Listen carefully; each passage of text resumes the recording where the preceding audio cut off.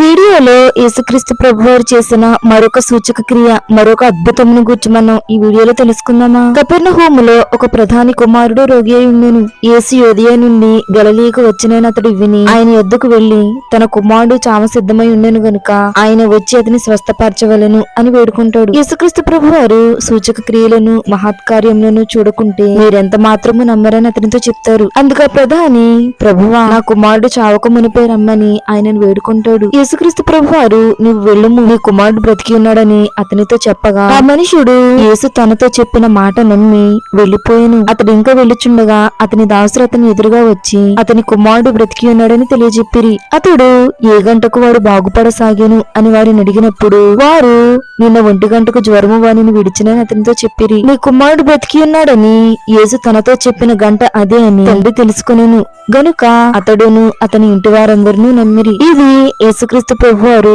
యోదియ నుండి గలిలయకు వచ్చి చేసిన రెండవ సూచక్రియ. Praise the lord.